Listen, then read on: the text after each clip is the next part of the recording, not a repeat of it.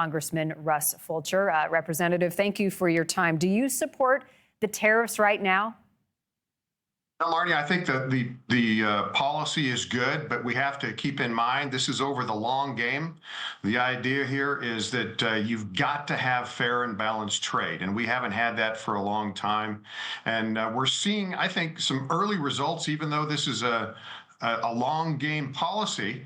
We've got inflation that appears to be at the lowest in the last 4 years, just came out. U.S. investments going up, and we're in the process of cutting some waste and fraud in the meantime. So I think generally speaking, it's good, and there's going to be probably some short-term anxiety, but this is a long game play, and I think it's starting to show some good results already. So I'll take that as a yes. You're willing to go on the record. You think the tariffs are good. You agree with the president. I agree with the president. You agree with the president. All right. You don't agree with Democrats who are trying to get in the way of this bill. It's now headed to the Senate. What do you anticipate from your Republican counterparts in the Senate when it comes to funding the government come Friday? I think it's going to go through, and we've had discussions internally about the strategy between House and Senate. Right now, the House has the tightest margin in terms of majority, and so that's why you see some of these things initiated in the House. If it gets through the House, we have some confidence it's going to make it through the Senate. So to kind of support that, the House is adjourned, and so we have no votes today. And so there's obviously at least some degree of confidence things are going to roll through the Senate on this, Marty. I know we always have to plan for the possibility that things don't go through. And although you're optimistic, it sounds like what happens if the votes aren't there and the government shuts down? How do you reconcile that with your constituents? What's the message given that uncertainty?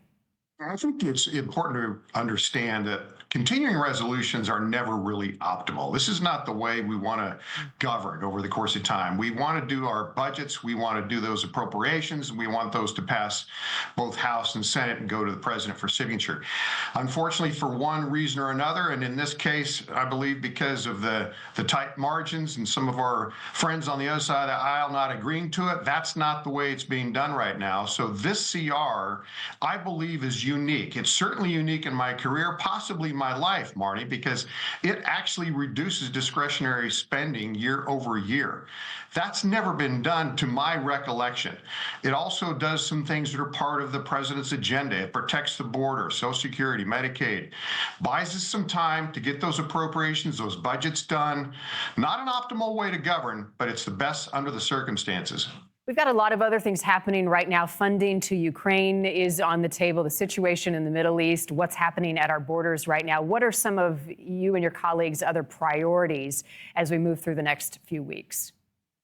Well, we recognize that we are packing a tremendous debt that's not sustainable. And so each committee, including my own of Energy and Commerce and Natural Resources, have responsibilities where we're trying to identify either waste, fraud, and abuse or ways to streamline that spending so we're not sentencing our kids to a debt that they can't handle.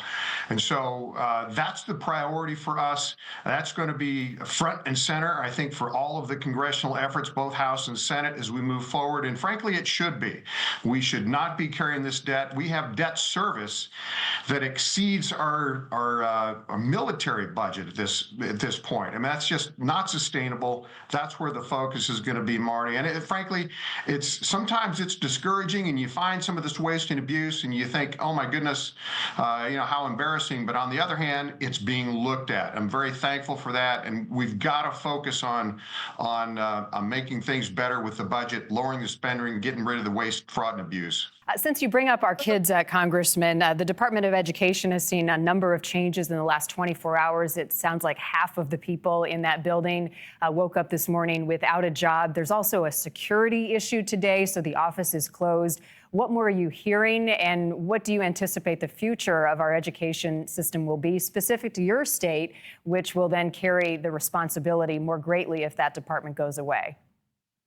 My state wants it, and I think most states do. And quite frankly, in my personal opinion, that's where the education responsibility lies, closest to the parents in the state. There is no constitutional provision for a federal Department of Education. This is simply pointing things in the direction of putting the responsibility where it belongs. And so I think this is going to be good. That doesn't necessarily mean there won't be federal monies, but if there is, then that goes to the states to rightfully administer it, Marnie. Specific to school choice, I've had a number of conversations on it, and while it is good for some, there are critics who argue it's not good for all.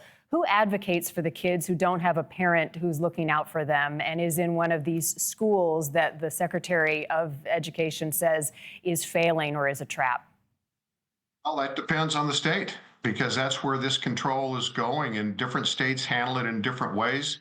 In my home state of Idaho, there's a very strong pro-school choice mindset, and it's geared largely around the parents. And if there aren't parents, it's their legal guardian. And if not, then there's state provisions there. And so that's the best thing we can do, is try to localize this. Things are different in my state of Idaho, for example, than in New York. You can't govern a system in a peanut butter spread fashion. There's the circumstances, priorities are different, and the dynamics are all different. And so that needs to be localized. And I think we're appropriately pointing that in the right direction. Congressman Russ Fulcher, appreciate the conversation as always. Thank you, sir. Thank you, Marnie.